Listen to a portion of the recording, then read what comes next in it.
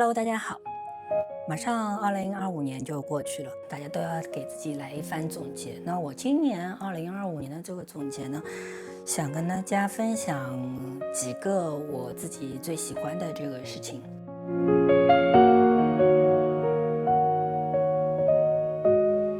那我这个频道呢，少不了聊一些器材。在2025年的时候呢，我买了很多的，或者说置换了很多的这个器材，跟往年一样。然后你要说最喜欢的这个相机镜头或者怎么样，其实很多都喜欢。因为你如果不喜欢的话，你肯定不会把它买回来，是不是？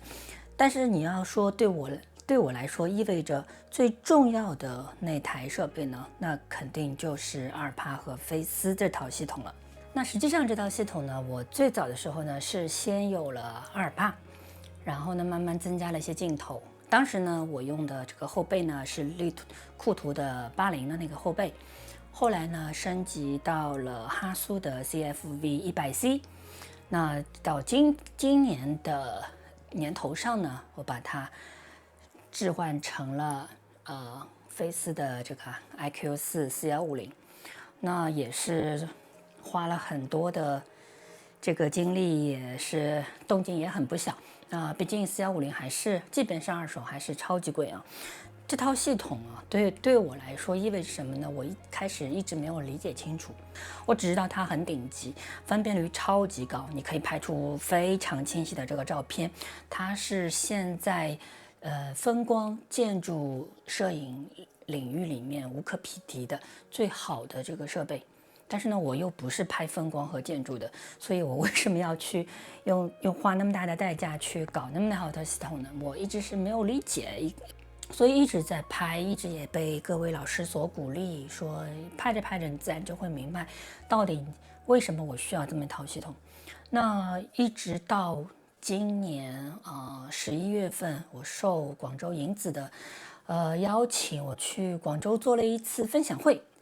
也在这里非常感谢银子这边能够给我这么这个机会。借这个机会呢，我对自己的这个创作，特别是中画幅的这个技术相机的这个创作呢，我做了一个自我的这个反思和总结。那我一直在问自己，高分辨率意味着什么？它到底给我的创作带来什么样的一种改变和影响？那我是一直到今年大概夏天的时候，我才开始慢慢的理解这件事情。因为所有的照片，不管你是在拍的时候，你在观察的时候，或者说拿回来的时候，我们几乎没有办法去很明确的一眼就能看到所有的这个影像。我的意思是说，在你拍的时候，这么一个巨大的一个场面呢，你是要通过不停的观察、移动观察，来得到你对整个画面的这个印象。然后你把它拍下来的时候呢，我一般是用移轴拼接的方式把它拍下来，所以你拍的时候和拍完以后呢，你始终没有办法得到一张完整的照片，你所有的照片是在脑子里合成和想象的。那么回来以后呢，你把它拼成了一张完整的图片，但是你还是没有办法在屏幕上看到这张图片的完整的这个所有的像素。那我的屏幕就算有27寸甚至32寸，你也不可能1:1的去把它给呈现出来。你只有在某一些展陈的这个情况下，你做一个大篇幅的输出的时候，你才能看到所有的细节和完整的这个影像在同一个视觉范围内。所以呢，超高分辨率的这个影调和影像像素对我们，其实它的这个作用是怎么说呢？是潜在的，它是具备了一个重新发现世界的这么一个能力，只是我们现在有很多的这个技术限制了它把这个巨大无比的这个作品一次性的这个呈现出来。巨大的高分辨率的这个像素，我在银子的这个分享会上呢，我跟大家提了一个观点呢，就是超越了视觉分辨能力了以后，我们可以在同一个作品里面，我们既能看到一个宏观的影像，我们还能够看到每一个细节。这种微观和宏观同时容纳在一张图片里面的这种观看的这种结果，会给我们带来非常不同的这个印象。因为我们在以前的这个作品当中呢，你要么拍一个很宏大的一个客观的一个景观，要么我们会去接近它，去拍一些细节、具体的人物事。但是在同一张作品里面，你既能容纳巨量的这个海量的这个信息，巨大的这个社会景观，同时你也能分辨每一个具体的不同的个体，它在里面所呈现的一些状态。这个是普通的这个我们几千万像素的这个相机所不能够达到的那种效果。所以后来的这个创作呢，我在景观的这个创作的这个基础上，我又增加了或者说添加了很多具体的一些细节和内容，来保证它是经得起观看的。这一点其实也是能够改变我的这个创作的态度和创作的方法的。我在分享会上，我跟大家提出来说，因为我不是一个风光摄影师，所以我不会去说我拍这么清晰的画面，只是为了看清楚里面每一根草、每一片叶子、每一朵花和云彩。这不是我的目标。我的目标是，我是希望能够看到所有的人，看到所有的事情，同时容纳在这个世界里面。这个是对自己的这个创作的这个观点来说，是个很有影响的一个改变。那么这个改变呢，也是依赖着阿尔帕的这个技术相机的这个功能和菲斯的这个超高分辨率、超好的那个画质的这个功能。所以呢，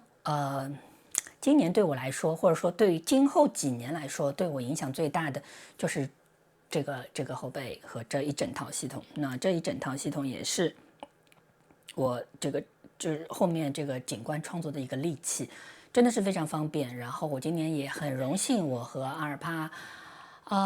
在银子的介绍下，我和阿尔帕的 CEO 也做了亲切的交流，大家也有很好的共识。我也在他们的官网上呢上传了一些照片。我在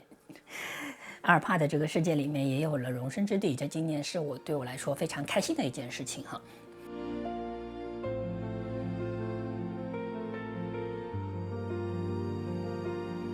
接下来聊一下我今年最满意的作品啊。但今年其实我拍了很多的这个照片，然后也有和以往很不同的一些创作的经历。在我这边呢，我今年选的最好的这个作品呢，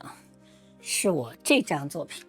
那这张呢，是我从来没有公布过，也从来没有向外发布过，但是我非常喜欢的一张作品。上面是深紫色，或者说接近于黑的一个深紫色的一个面积，然后下面有一个渐变的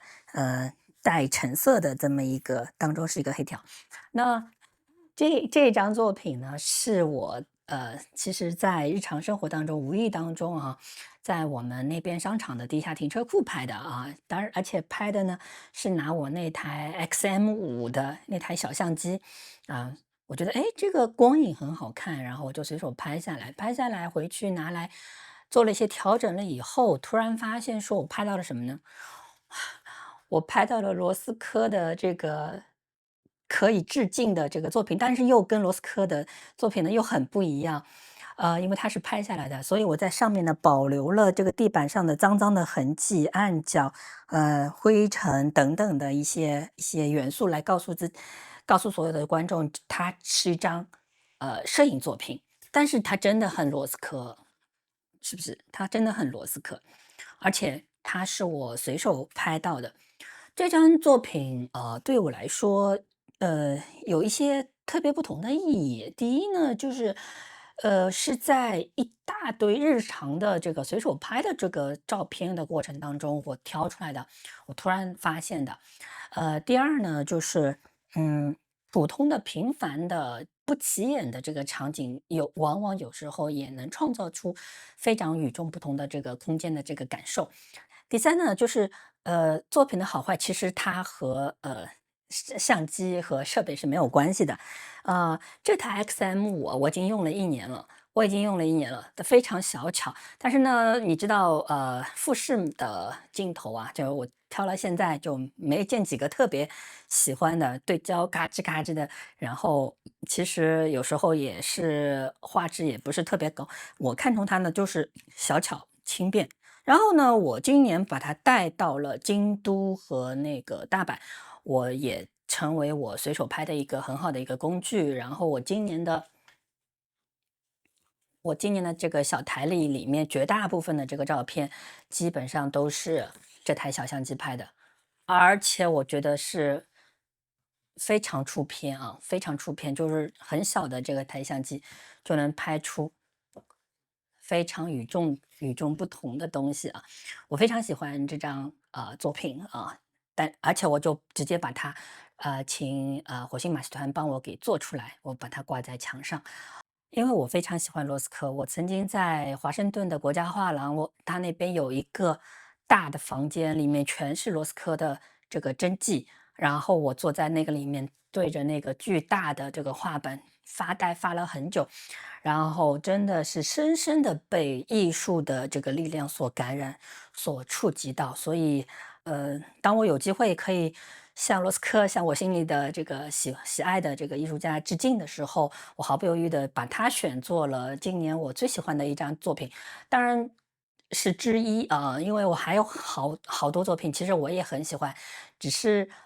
因为如果一定要挑一张的话，那么我挑这张的话呢，是因为它可能预示着我未来创作的某一些不同寻常的一些方向，然后也给到我很大的这个启发和感触，所以，嗯，特别的向大家做个介绍。任何的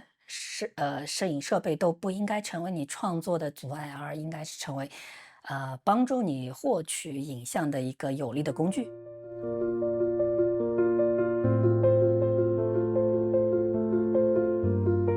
最近或者说这一两年来对我影响最大的，或者说今年得到的最大的一本这个摄影书的这个惊喜呢，是我之前做过开箱的这本Brian Schmidt 的这个《Sons of the Living》生者之子。那这一本是他的一个特别的这个纪念版，我做过一个开箱。Brian Schmidt 是我非常非常喜欢的，也是非常令我崇拜和钦佩的艺术家。我自从去年我花那个视频大家都看了，自从我去年辗转反侧，我花了1万块钱买到他那本10年前的这个代表作《The Great Sense Mountain》啊，那本作品，再加上这本《The Sounds of the Living》啊，这2本作品其实是奠定了他在美国当代摄影的一个历史性的这个地位。也是他的非常重要的这个代表作品。那么在这个作品里面，他用大画幅相机4:5的大画幅相机，分别用彩色和黑白，对美国西部进行了非常深入细致的描绘。那更打动我的是他的作品衔接了传统摄影、传统纪实摄影和当代摄影的这么一个纽带和衔接啊。他和 Alex Source 一样，都对画面、对他所描绘的对象充满了诗意。在Brian 的这个作品里面，更多的感兴趣的或关心的呢，是人和土地、人和社会、人和自然之间的这个关联。你可以在他的这个作品里面很清晰的去直觉的感受到西部那种颓废、荒凉、冷漠、被遗弃的那种忧郁的那种感伤的那种基调。然后他有非常好的景观和肖像的这个拍摄能力，这个拍摄能力对于我同样是使用4:5大画幅的我来说，是一个非常好的学习的这个目标。他描绘的人的这种情感，描绘社会的这个破败的这个状况，描绘西部逐渐衰落的这种现状和人在里面的生存困境等等，这些都是我值得去学习的这个话题。所以我把他这本书和他这个人，我列为我今年最喜欢的摄影作品和摄影师。而且我强烈的有那种我非常渴望能够达到他那种水平的一种强烈的愿望和冲动。OK 刚才简单做了一些自我总结，这也是我这1年以来最想跟大家总结和分享的我的个人的这个成长。然后今年也非常的感谢所有能支持我、帮助我的各位老师、各位同学，是你们的鼓励让我能够走得更远，能够走得更深。我从来不认为自己是一个所谓的艺术家、所谓的摄影家，但是我现在坚定的相信自己是一个创作者，自己正在创作一些对我有重大意义的一些东西。可能这些东西对大家没有什么意义，但是对我来说是很重要的一个人生的一个纪念。我觉得是到了可以去讨论或可以出一些东西的这个时间，让自己能够看到，我过去的所有的努力的在某一个人生阶段，它突然开始发光发热的这么一种可能性。也谢谢所有这个关注我的粉丝们哈，我希望明年呢可以跟大家一起分享更多，走得更远，看得更多，讨论更深。然后，如果你们有什么希望，我们专门来聊一下的话题的话呢，也欢迎在评论区留言。非常非常的感谢大家，祝大家在新的一年里面一切都好，谢谢大家。